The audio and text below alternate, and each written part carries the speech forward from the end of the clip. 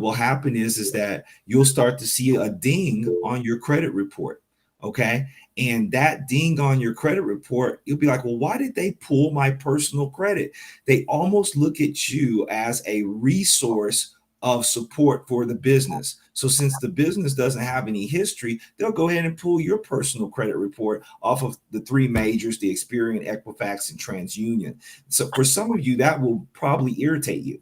But ultimately, I will tell you that that's just the way it goes when you start up your business. Okay. It's just the way it goes when you start up your business. They want to see some form of credit, especially if you're a single member in the LLC. Okay. So if you're a single member in the LLC, then you're the only person that it really looks at. So in terms of credit history, so they have to get some history on you. And that is a little bit of extra knowledge for you all in that area. Hello, everyone. I'm so glad to see you all. I know that we're going to have a little bit of lag today, probably because there's just been so much going on through the week. So welcome, welcome, welcome. We started off the class with a few question answers about business credit, location, student loan debt, things of that nature. And what we've done is we've tried to answer those questions as best as possible. From last time, we talked about personal finance and how that may influence your business decisions. And so, as we dig into business finance today, this is not college. This is not like a freshman seminar with 500 people in the room, or even a graduate seminar with 5 or 10 people. This is a place where raise your hand and we'll stop. We'll stop and answer your questions. We gain nothing by just rushing. Okay. So we're going to start off with the business finance slide. If you all have any questions, just stop us by raising your hand and we will answer your questions. Okay. Malcolm, do you want me to put the slide up, or are you able to put it back up? Sorry, I had an impulse thought while we were talking, so I'm going to go ahead and put Please, it in the. please tell us, Malcolm. Tell us. I'm gonna put this in the chat because I should have said this a long time ago and I didn't. But while I'm saying this, I'm gonna put up the slides again, so this is all one blended experience for the audience. Um, so I had a mentor of mine who unfortunately passed away, and he had a humongous impact on my mental model about entrepreneurship. And one of the sources that he referred to a lot for his, source for entrepreneurship, or, why he thought this way, and I put it in the chat, is a book called The Millionaire Mindset. Okay. The Millionaire Mindset is a book by this, I guess he was an anthropologist or one of the humanities. He was a PhD in humanities, one of them. And he surveyed 1,000 millionaires. Now these millionaires, they were all different kinds. They were, doctor millionaires, and then the lawyer millionaires, and then there was the sole entrepreneur millionaires. And what I enjoyed about this book is everyone had a unique approach to how they married or commingled their personal finances and their business finances. So one example was doctors, right? High-end surgeons, especially the ones up north or in California, they can charge well over $700,000 for a career, for like a yearly salary, and then you add in, they do their own practice, and so their approach to growing their business solely relied on them putting in man hours. So they had to put in man hours to either hiring the right kind of people or teaching the right kind of people. And so their approach to personal finance reflected that, right? If I have to spend a lot of man hours into developing my practice and my personnel so that they can eventually pay themselves, then so my expenses will be a lot of travel, a lot of drinks and going out. You know what I mean? So eventually these things started to this book goes into that. I don't want to go too deep into that, but I think that book would be a really good help to lay the foundations for a mental model around seeing yourself as a business and seeing your business as a form of self. And once these two things become second nature, then the expenses become more pronounced, the revenue becomes more urgent, and these things become more of a breathing technique than a tension that you have. So with that, let's get into these slides. Let's get into these key terms. Oh, hold on. Let me check the chat here. No questions? Okay, keep going. So with that, what are some key terms that you'll hear in the conversation of an entrepreneur? First things first is revenue.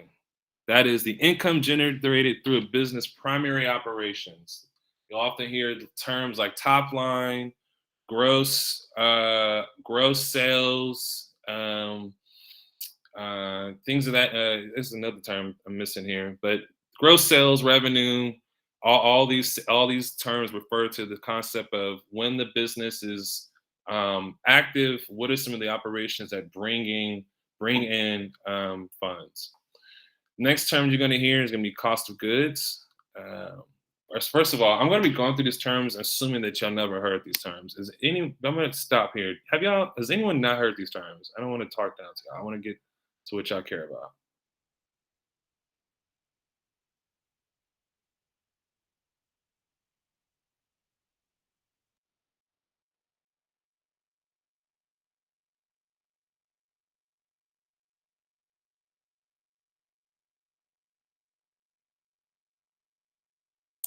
Andrea said that a refresher is good. So I think we should go in that and we can ebb and flow back to each other. So Malcolm, if I'm getting money in to my business, what's that called? Cash If flow. I'm getting money into my business. Okay, so you said that's cash flow, Apollonia. Malcolm, is your mic open, Malcolm? Not Can sure you what guys? happened. Okay, there you go. There you go. You're back there, Malcolm. Okay, so if I'm getting money into my business, Apollonia says it's cash flow, but what do I really want to call it? I'm generating what? Revenue. Revenue. There we go. We're generating revenue. So Malcolm, here I am. I'm generating revenue, and man, I'm generating a lot of revenue, but something happens. The cost of the goods that I'm trying to sell are going up and up and up. What happens? What happens? What decreases at that point, Malcolm? Your gross profit or your margin goes down. Oh, so that means that, wait a second, there's this thing about controlling what I can control. Can I control the cost of goods from my suppliers? You can try. There are levers to it. You can mitigate it to the best of your capacity as an entity. So you're saying to me that I have a little bit of leeway there, but mostly if I have suppliers and vendors, they run me.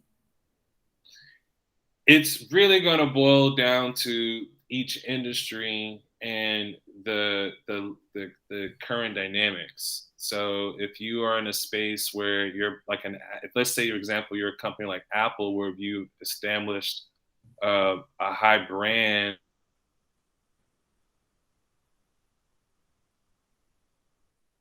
If you're talking, Malcolm, we lost you on the audio. But if you are a company like Apple and you know that some of your parts are coming from overseas, like in China, and there's difficulties because there's all type of taxes and embargoes on the suppliers in China. Maybe we've had a pandemic. It could drive costs down some. And Andrew said it depends on your relationship with the vendor. Relationship is true, but also it depends on the availability, the logistics, the weather. Sometimes it depends on health crisis. So your revenue is going to fluctuate in your business based on your what? And market. And so, Malcolm, you are breaking up. I'm going to keep talking here until we can get a clear line on you. Yeah, go ahead and leave the class. I'm having. Oh, there you are. There you are. You're back. Go ahead. Try again. No, I'm having difficulties right now. I'm gonna jump off and try to get them resolved. Feel free to continue on and host a class. I'm gonna stop sharing the slides so I can get stable again. Okay, 1 second. You're gonna stop sharing the slides. Okay, give me a second, and I'll start sharing some slides then. Okay, let's get back over to that. Sometimes that happens. So we're going to investigate then what happens when your cost of goods supersede your revenue. What happens when your cost of goods supersedes your revenue? Anybody know? Does anybody know? Cost of goods go up, or you just lose money. Well, yeah, right. Because we can't control the cost of goods. Apollonia? I was going to say it's going to affect your net income, correct? It's going to affect your net income. It's going to affect your gross profit.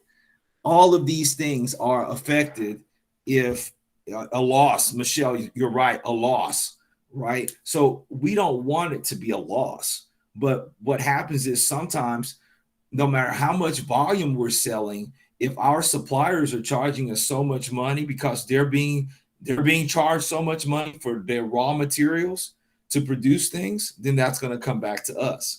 Now, that being said, I believe Malcolm popped on here, backed on here. Let me see. Malcolm, are you here?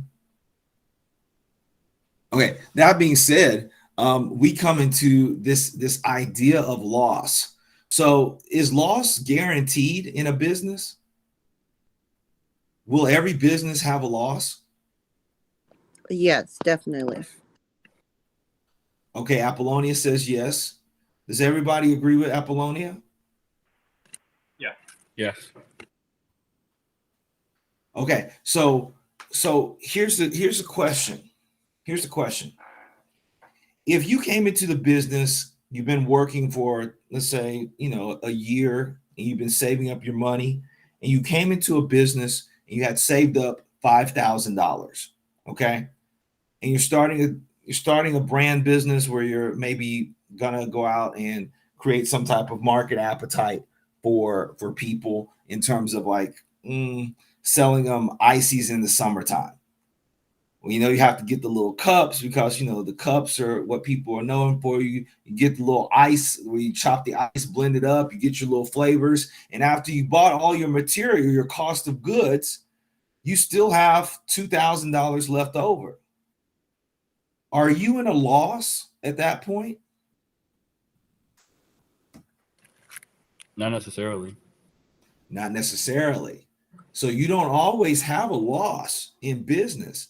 Sometimes you start with your own capital expenditures, which we'll talk about that. You'll start with your own money and you will not have spent it all.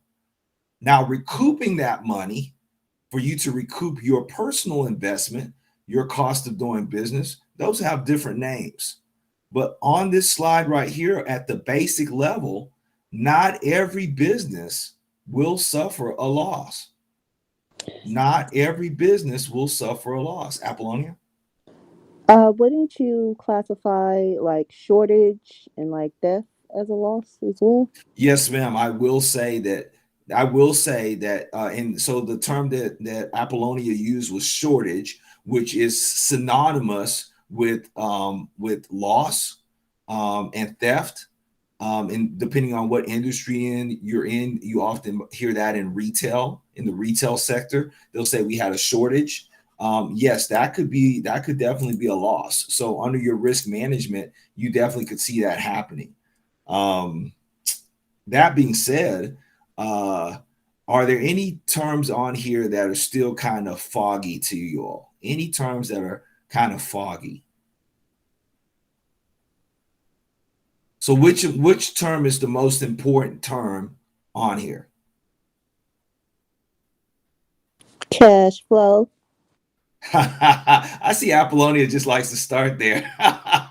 Anybody else? What's the most important term on this page to you all? Apollonia is definitely cash flow. Who said revenue? I missed it. Who said revenue? Andrew, revenue. Oh, Andrew. Okay. Andrew says for his business, he thinks revenue is the most important one. Okay. So what about, let's see, Edith, where's Edith at? Edith's making all the jokes here, but we haven't heard from Edith yet. What do you think, Edith? I agree with Andrew. Okay, so you want some revenue. Okay, you want revenue. Okay, so let's see here. Ray, what about you? What about you, Ray? I apologize. Could you repeat the question? Yes. I said, of all these terms on here, which one is most important to your business? To my business, I would say, I would say cash flow. Cash flow. Okay. Satoshi, what about you? Yeah, same, cash flow. Cash flow. Michelle, I know you're thinking about business ideas. Tell me, Michelle, which one would your business, in your business mind, as you're coming up with these ideas, which one do you think will be most important to you? Gross profit. Gross profit. Ooh, I like that. So you said gross profit. Okay. You could have a really high revenue and really high expenses. Oh, that's true. And Angel, what about yourself? Can you repeat the question, please, Steve? Sure. And y'all let me know if my mic is not coming in very clearly. I was saying, of these terms, which one of these terms is most important to your business? Which one, as the CEO of your business, are you going to be looking at most heavily every day? Probably cash flow, so that I'm understanding the amount of money that's coming in and out of my business. Now, because Angel said this, I have to open up another question to the class. You learn about your cash flow. Okay, you see how much money's coming in. Is that going to help your decision making for how much you're willing to spend on your cost of goods? Yes or no? You say that again? Yes. Looking at your cash flow, you all are CEOs of your own company. You're looking at your cash flow. Okay. Is that going to help you determine how much money you're going to spend on your cost of goods? I would say yes, if it's consistent. Okay, for your business. Okay, yes, Andrew. Anybody else?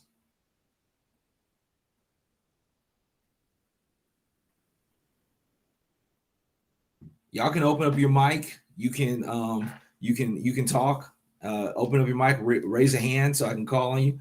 What do you think? If you're looking at your cash flow, will it determine your cost of goods? How much you're going to spend in terms of your cost of goods? Yes, it could influence your business for that month. You may not have gotten a lot of money coming in, thus not able to spend or purchase the same amount of products that you had in the previous quarter or in the previous month. Okay, so I like real world examples, and I like also engaging like this because I don't want to make it so theoretical and airy. I like to make it where it sticks to what you do every day. Okay, my cash flow goes down tremendously. Okay, let's say it's the summertime. My business is a wintertime business.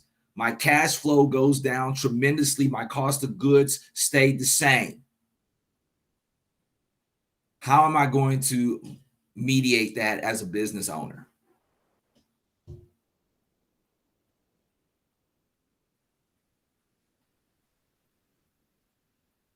How am I going to help myself knowing that I only make my money in the wintertime and the summertime is here and I've had my cash flow really drop?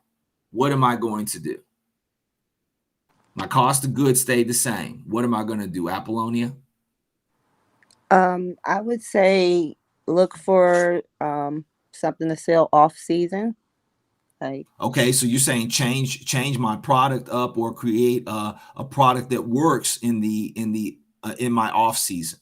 Yes, if you sell like winter or snow boots or something, maybe for the off season, the summer season, you can sell like t-shirts and tank tops. I don't know, something like that. For example, with the Blendar, we started off with the blender, then we rebranded it to the smoothies, and then during the summertime, my son and I, we rebranded it to Blend Our Babes Pops, and we did ice pops. So, maybe rebranding and adding something for the off season. Oh, I like that. I like that. I like that. And while it seems logical, what does it require from us as CEOs? Or maybe I shouldn't use the word CEO. Elon Musk just said that CEO is a made-up term. As business founders, what does it require of you all as business founders and owners? It requires a little bit of strategy, a little bit of forecasting, right? So let's talk about the next term here, technoking.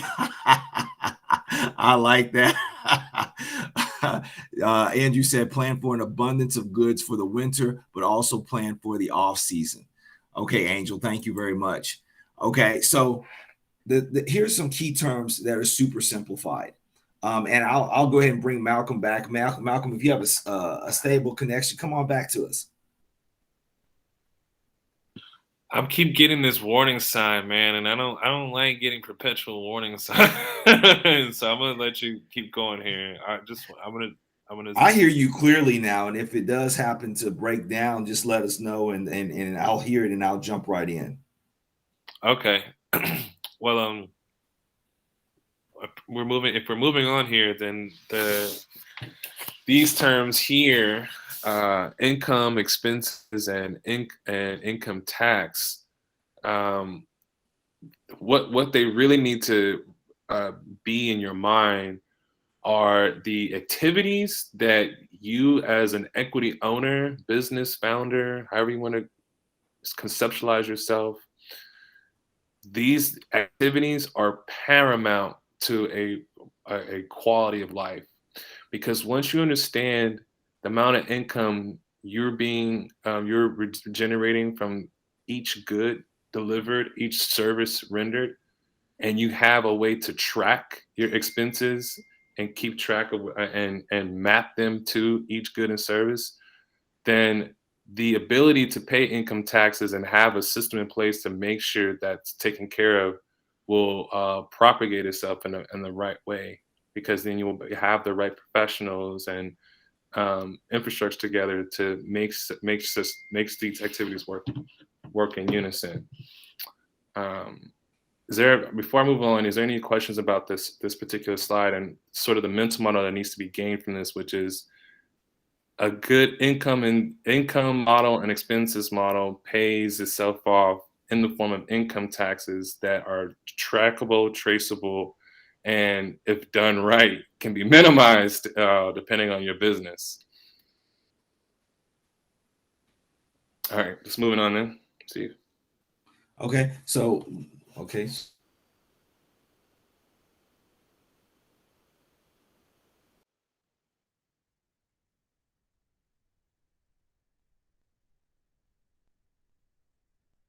So I'm gonna jump. I mean, is that really true? What do you think, Malcolm? It's okay to commingle business and personal accounts in the beginning. Honestly, this is one of those like bespoke phrases. I think it's more of the spirit of it sounds cool, but when it boils down to it, it becomes difficult to make that transition after those 6 to 8 months. So we've talked earlier in this particular session around understanding the different entities that may need to be in place so that you can, as an equity owner, not only access credit, but also mitigate risk, right? That's the balancing act that we're trying to do. We're trying to develop an entity that can look good on paper to a financial institution and gain credit, but also at the same time, if something goes south or something, arises where it's challenging, we need to have a way to mitigate the risk. And so I would say that it is okay to commingle business and personal accounts in the beginning with a humongous asterisk.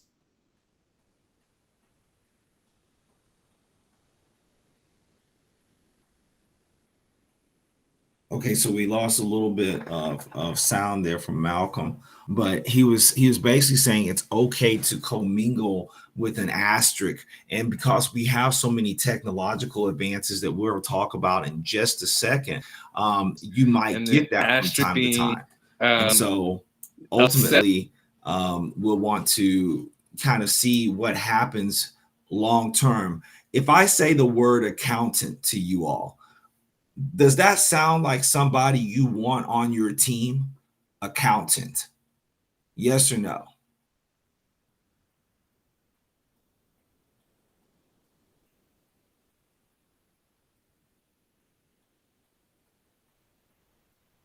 Do you want an accountant on your team?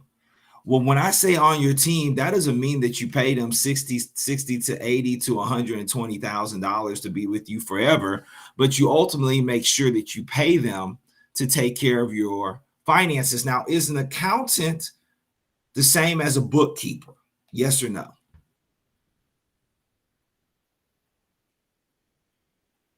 Is an accountant the same as a bookkeeper? That's right, Apollonia. No, they're not. Now, you can retain a bookkeeper to help you keep track of everything you're spending. It makes a lot of sense. A lot of times they're a lot cheaper.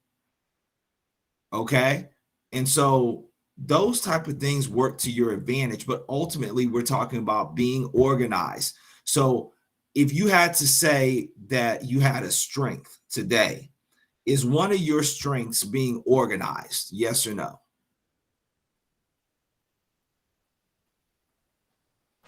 Yes and no. Yes and no. So are you saying that it's task relevant? Are you saying that in some things you are organized, in some things you are not organized? Yes, absolutely. Okay, so let's be specific. Concerning money, how many of you all would say, I absolutely do know where every dime I spend goes? Who would say yes to that?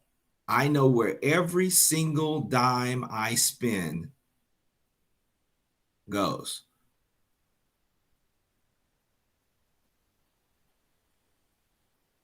And that is a tough question to have to really look at yourself and ask that question. Do you know where every single dime goes? To your tummy. Okay, Apollonia.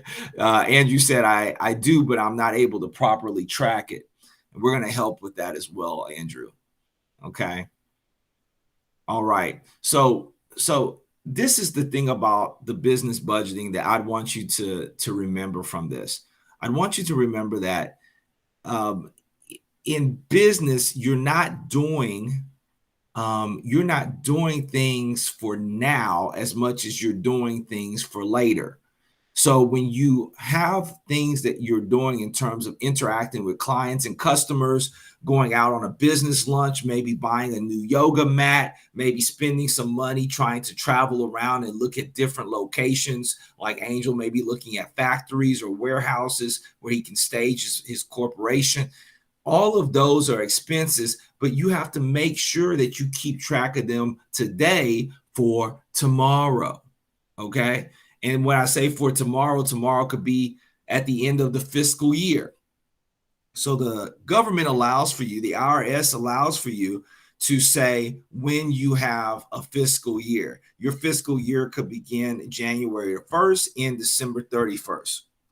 It could be different than that. It all depends on how you set it up. What are the advantages of doing it one way versus another? That's why we hire an accountant, or that's why we consult with an accountant to set up our business, especially when it comes to the IRS and reporting. Okay.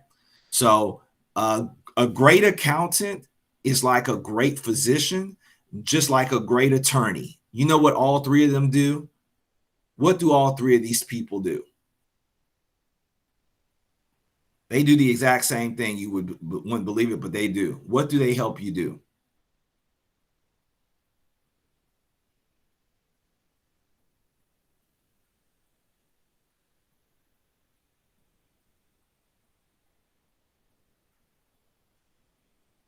Protect your biz. Andrea, that's right. But ultimately, they save you money. They save you money. That's what they do. They save you money. A great accountant will help protect your business by saving you money. They save you money in taxes. They save you money by educating you. A great physician will help save you money by educating you on what's the best way to protect your health so you don't have to be on so many pharmacological drugs.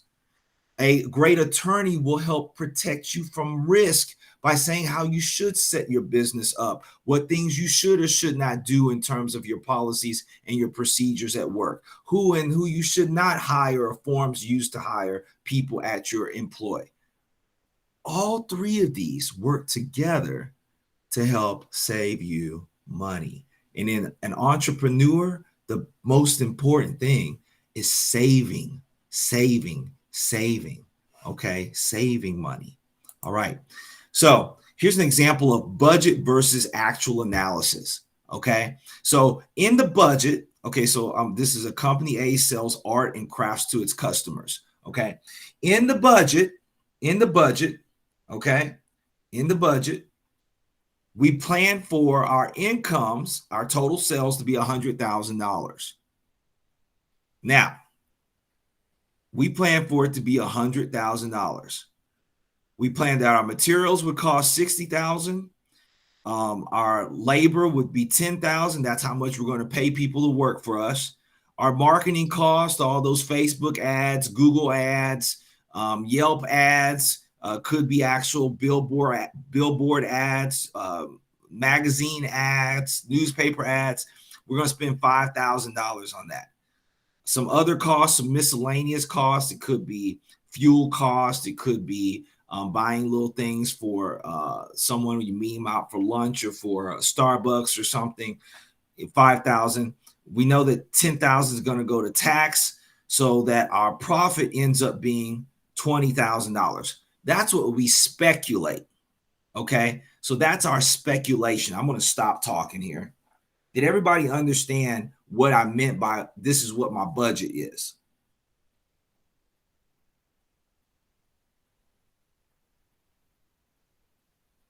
Very good. Very good. Now, when I look at my actual is reality slapping me in the face. And of course, I'm not condoning violence, but reality happens to be very violent. Apollonia? I had a question. Why is there a loss in parentheses next to profit? Because if it is profit, it doesn't have parentheses. If it's loss, it has parentheses. This is a common accounting figure in ledgers. In a ledger, if you see parentheses around a number, it's a negative number. And so to prevent from putting the negative sign there, they'll oftentimes put parentheses. Oh, wow. Okay. Good to know. Oh, yes, definitely. So in our reality, our sales were $5,000 less. You see, $95,000. Our materials cost $10,000 more. Our labor cost $2,000 more than we budgeted for. Okay. Look at my marketing costs, $1,000 less. That's good. I met the other costs right at market, $5,000. Our taxes, they stayed the same, but our profit, instead of it being $20,000 in profit, ended up being $4,000 in profit. Oh, wow. Wow. That left us with a difference of $16,000. So you know those people that talk a good game? They come over to you, Andrew. Andrew, I want you to invest in my business. I believe I'm going to pull out $20,000 this year. And you're going to make 20? Well, look, shoot, if you're going to make 20, I'll go ahead and give you, look, I'll give you $5,000 to get you started. I just want my $5,000 back, and maybe $1,000 on top of that. And they said, cool, cool, cool. So they got your 5,000, they got Michelle's 5,000, Satoshi's, Edith's, Apollonia's, Andrea's, Ray's, Malcolm's, Steve's. They got all of our money until it came up to $100,000, right? But guess what happened after it was all said and done? They only made 20% of what they thought they were going to make. Oh, Michelle, you said not my $5,000. No way. I love that, Michelle. I love that. You said you're going to be a shrewd venture capitalist, aren't you? Okay. That 20% return was not enough for you to risk that $5,000. Okay. So this is what reality is for so many business owners. Many of them do budget. They do make these numbers. And do these numbers just come out of thin air for most people? Yes or no?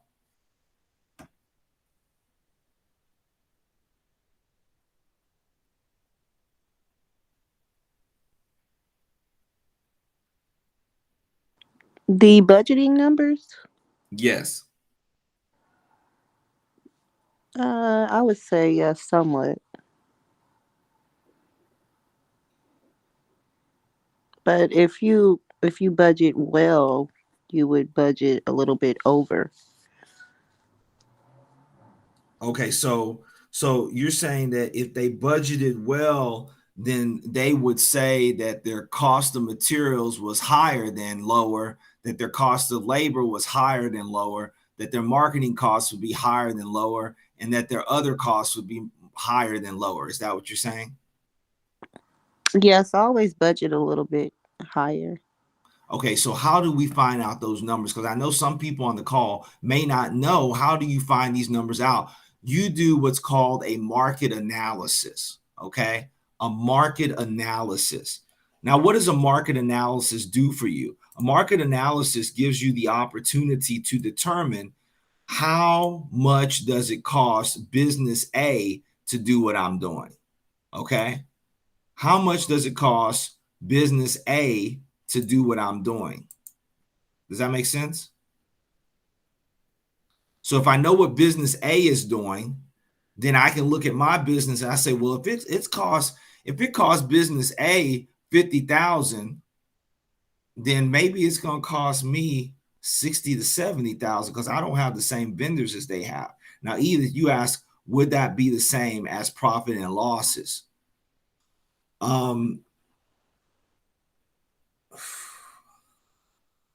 Partly, okay. Your profit and loss sheet you report to your accountant will basically be the money you got in or the money that came in as income and your expenses going out. Okay. So your money coming in, there's tons of different categories for that. It could be capital expenditure or capital investment. You can have those things coming in where you're giving 10,000 of your own dollars in. You could get income from the sale of goods and whatnot. But then you could have loss where you're paying, you have an account payable to the people who are your suppliers and vendors. You could have fuel costs. These are very technical things that come with your accountant, and your bookkeeper helps you get there. Your bookkeeper helps you get there. Okay. Now, was there any questions before I go on to this cash flow here? Is there any questions about this? Don't feel like you have to be in a rush. Were there any questions about this?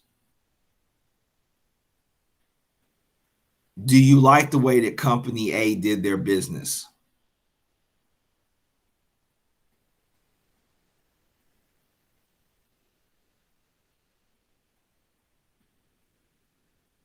Do you like the way that company A did business according to their budget?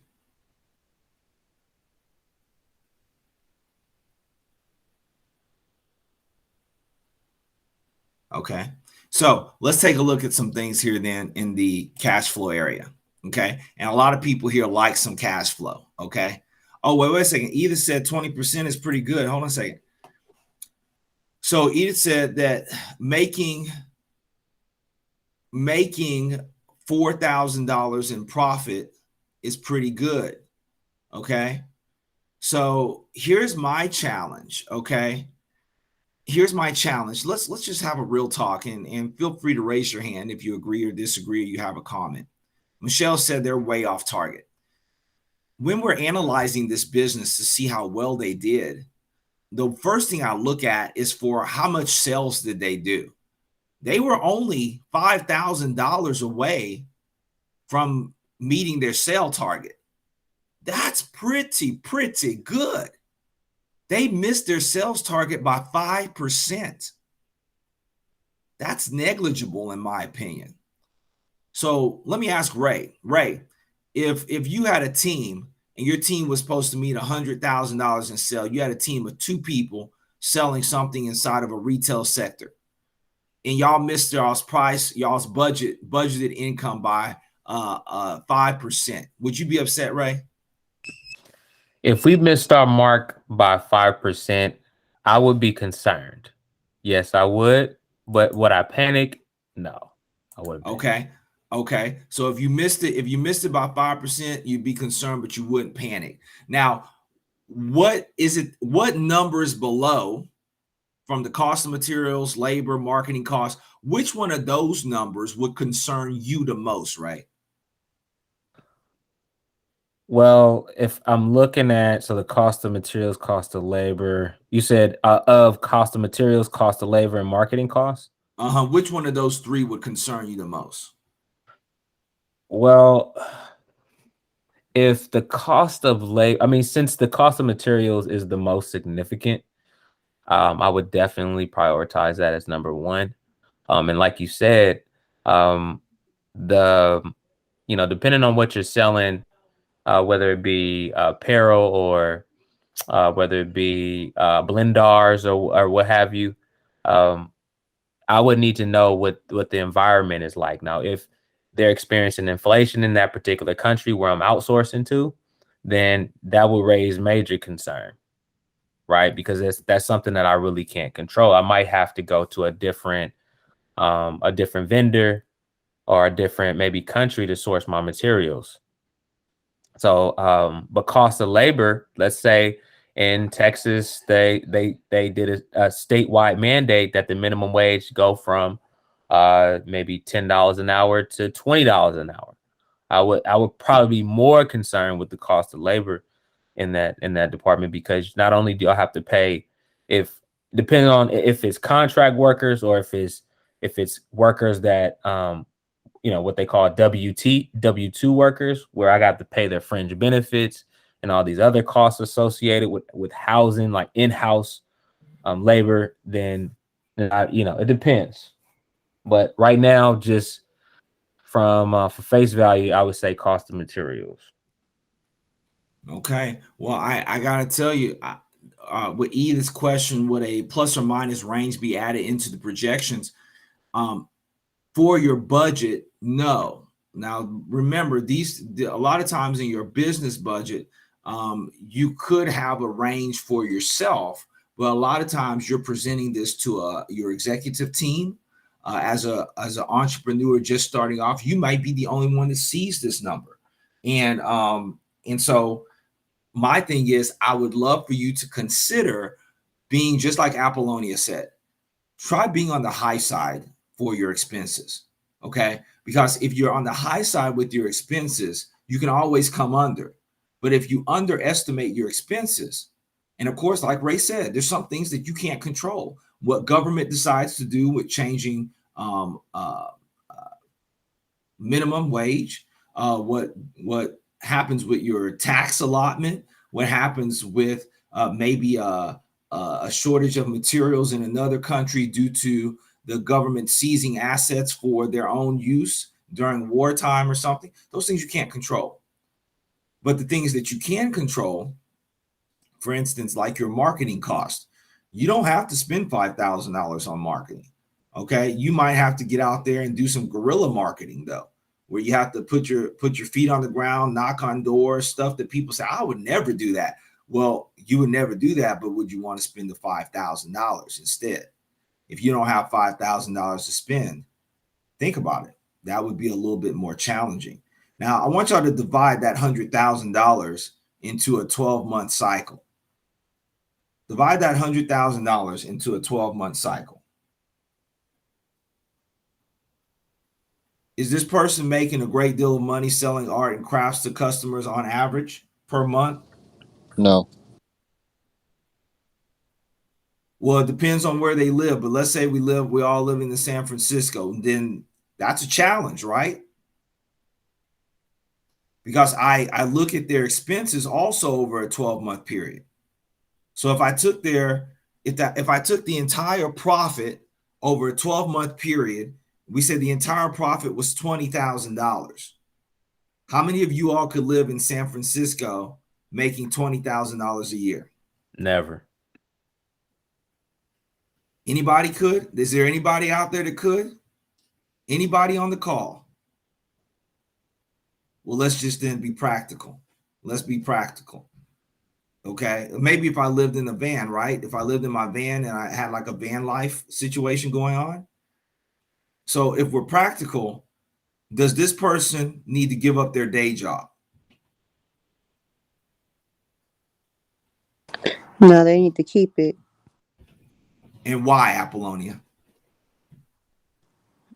So they could be able to afford a living. Okay, so the question is, and like Edith just said, not yet. I love that, Edith. You know why I love the not yet? Because when we sit down as entrepreneurs and do budget analysis, we need to look at the amount of money coming in, the amount of money coming out. And we know our personal expenses already. So if you know your home mortgage or your apartment or the tribe or hostel you live in, if it costs you $20,000 to live at that per year, and this is without food and transportation and healthcare and anything else, well, then your business selling art and crafts to customers barely scratches. You barely estimate that it will scratch what it costs for you to just have a roof over your head. So to replace the income needed for you to bare bones live, that's what you need to look at in terms of your business model. Now, I'm not off topic here. I'm actually digging into the things that really matter. And we are at our time at 7:30. So if any of you do have to go, I understand. I'll stay here. We did not get through all the slides I anticipated getting through, but we are coming to a close of this section eventually. But it's not important that we go so fast. It's important that we talk about things that matter. Can you all see the importance now of having a business budget?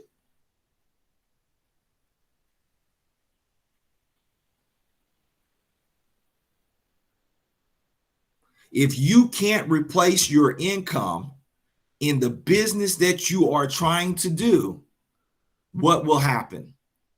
You'll end up short. And for this person, if they left their job in a rage of happiness, love and happiness, as Al Green said, I'm out. Then unfortunately, at the end of this year, this person really would have been out. They would have been living with friends, family, potentially even on the street in their vehicle. Nothing wrong with sacrificing everything you have for your dream. We're here to say we can help you and support you in seeing that you don't have to do that with proper planning. With proper planning, you keep your day job and you work on your business until you are able to do what? Replace your income. Thank you very much, Ray. Replace your income. Replace your salary. And if you cannot replace your salary, then all the old mother wisdom inside of me, from my grandmother, my great grandmother, all of the old mother wisdom says this: stay where you're at, work until you can get to where you want to be. Now, you may have different circumstances. You may have a very wealthy family that's backing you. I didn't have that. You may have amazing grandparents that left you a endowment. I didn't have that.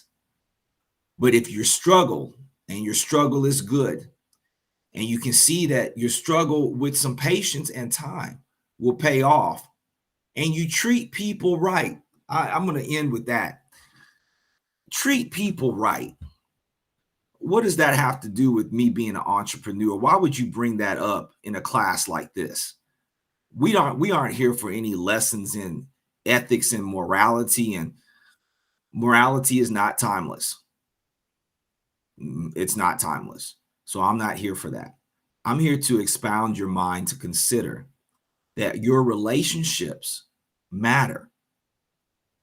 Your relationships matter.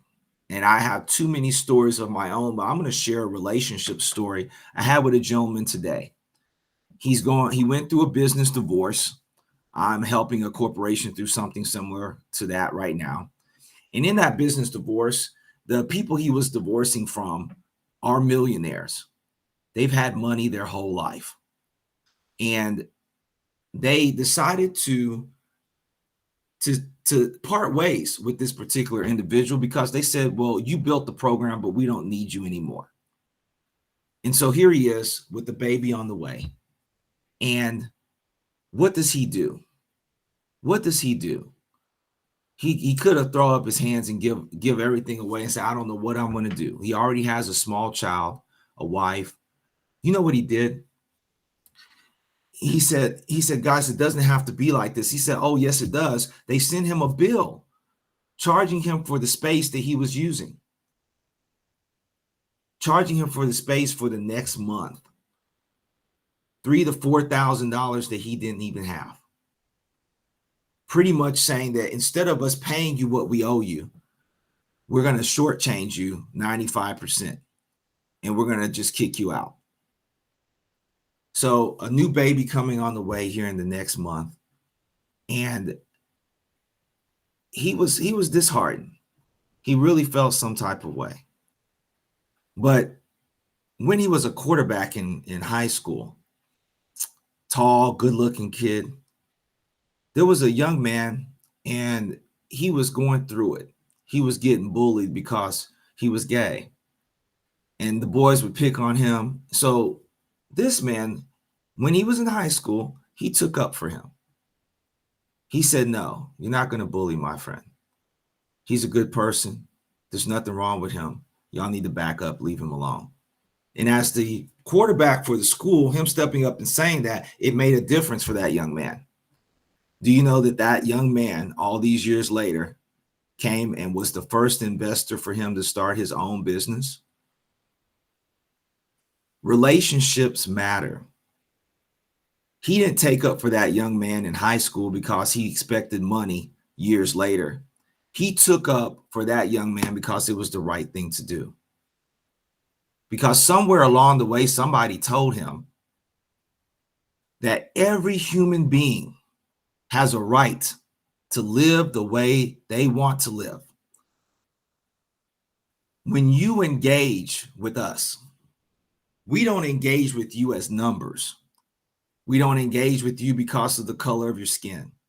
We don't engage with you because of your genitalia, your sexual orientation, your religion. We engage with you as humans. The most valuable asset you will ever have is engaging with people honestly and treating people right.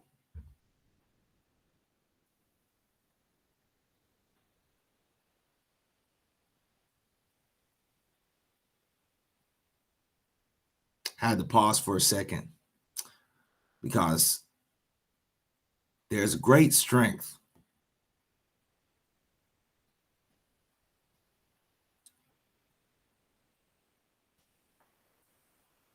in treating people right. And with that, I want to open the floor for any questions.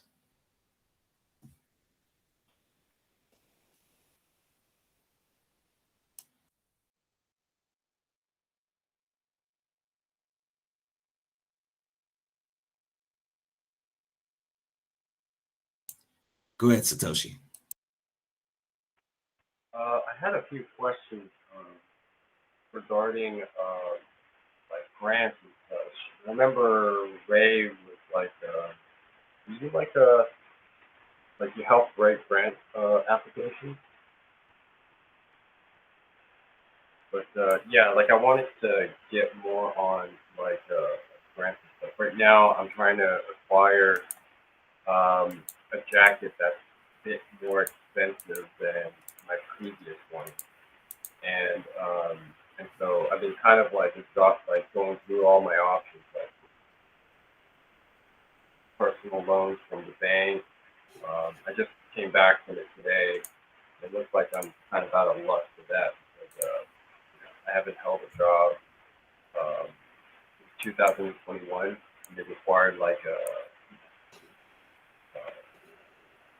24 months of like of income.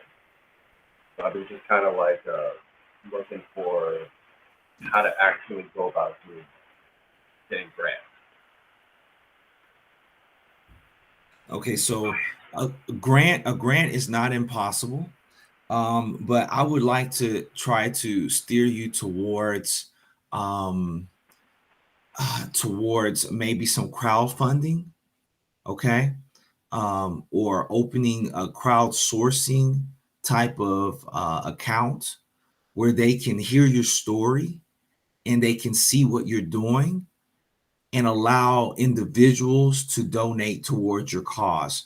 The reason why I say that is because you're running a for-profit business, and receiving a grant as a for-profit business is a bit challenging because oftentimes grants are reserved for not-for-profits, nonprofits, those type of things. Does that make sense, Satoshi? Yeah. So I would suggest crowdsourcing, crowdfunding type of sites, like for instance, Patreon.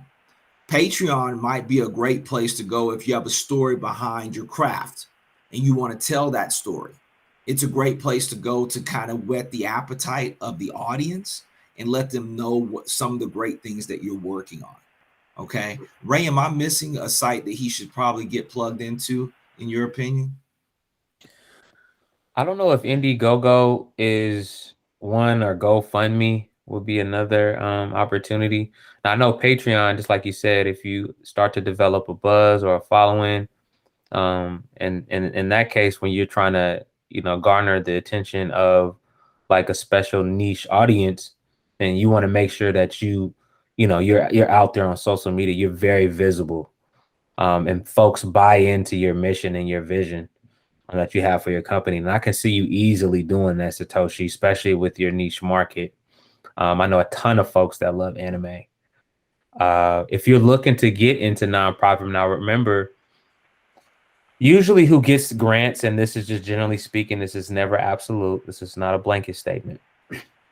Usually grants are given to well-established nonprofits who have a track record in whatever space it might be. It might be housing, it might be housing counseling, it might be workforce development.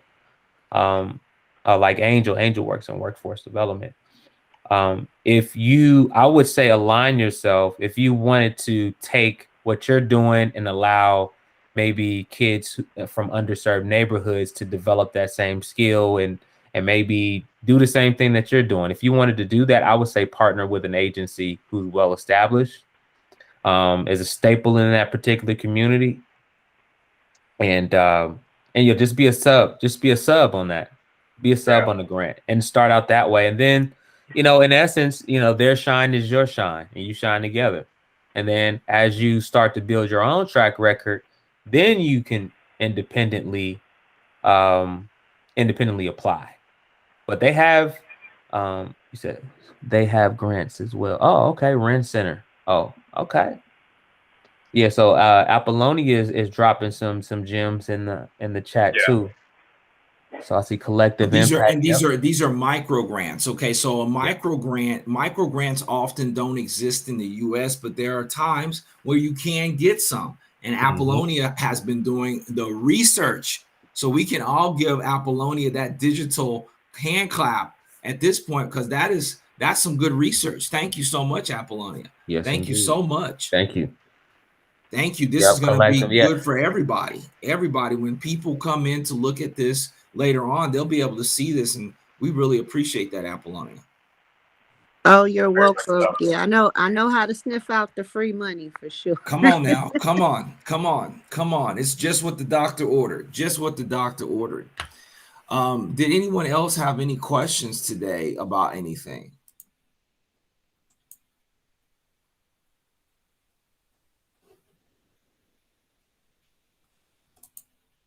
Okay. Well, I know we ran again a little bit longer than normal, but I just want to say I appreciate you all so much. Yes, Andrea, did you have a question?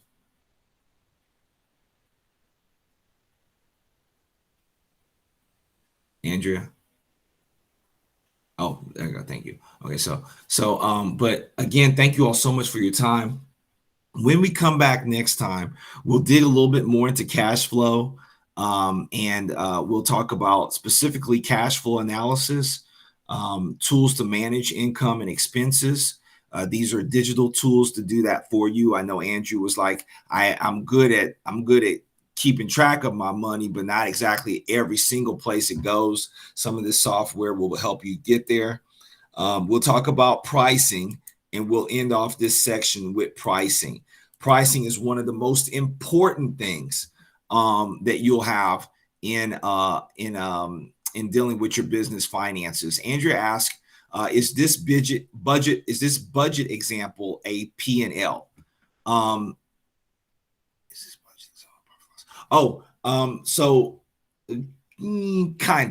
Kind of. Okay. Taxes would be the part that kind of throws things off a little bit. Okay. Taxes would be the thing that kind of throws things off, because ultimately you hand over to your accountant a profit and loss statement. And then the accountant can determine taxes if taxes aren't already allocated in the items that you're selling, if that makes sense. Okay. So if you're not charging 8.25% yourself for whatever services or goods or whatever the tax bracket is there in that local area, it comes out like that. So great question, Andrea. Any other questions before we leave the room today?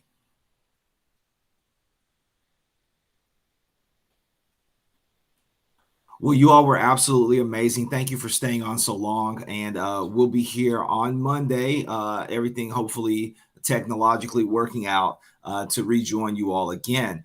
And again, try to, for my benefit, try to continue thinking about your personal finances and how you handle your things at home, yourself, your budget. Do you ever find yourself behind on your bills? Do you ever have surprise bills? Things of that nature, because they will all work into what we are going to discuss. And Andrea, yes, I will get to you with your yoga studio stuff next time, because I will use your example of your shopping around for materials to finish off this section on business finance. Okay. Until next time, everyone, y'all treat each other right, and relationships really do matter. Bye-bye now. Thank you. Good night. Good night. Thank you. Have a good night, guys. Good night.